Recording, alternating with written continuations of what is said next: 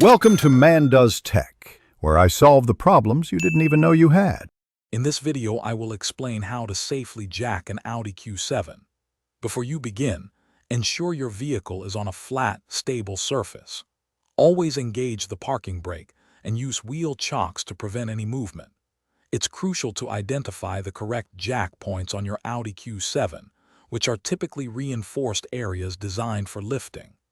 Prioritizing safety will make the entire process much smoother and prevent potential damage or injury.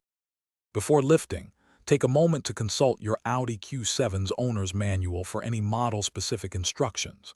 If your Q7 has air suspension, it's essential to activate jack mode to prevent system damage.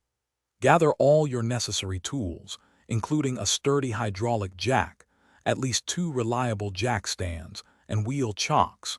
Having everything ready beforehand ensures a seamless and safe lifting experience. Now, carefully position your jack directly under the designated jack point. Ensure the jack head is centered and stable before you begin lifting. Slowly and steadily raise the vehicle, watching to make sure it lifts evenly. Once the tire is clear of the ground, immediately place your jack stands under the vehicle's reinforced support points. Never work under a vehicle supported only by a jack. Once your work is complete, carefully raise the vehicle slightly with the jack to relieve pressure on the jack stands. Then, remove the jack stands from beneath the vehicle.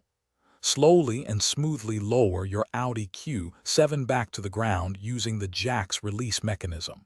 After the vehicle is fully down, remove the jack and ensure all tools are cleared from the area.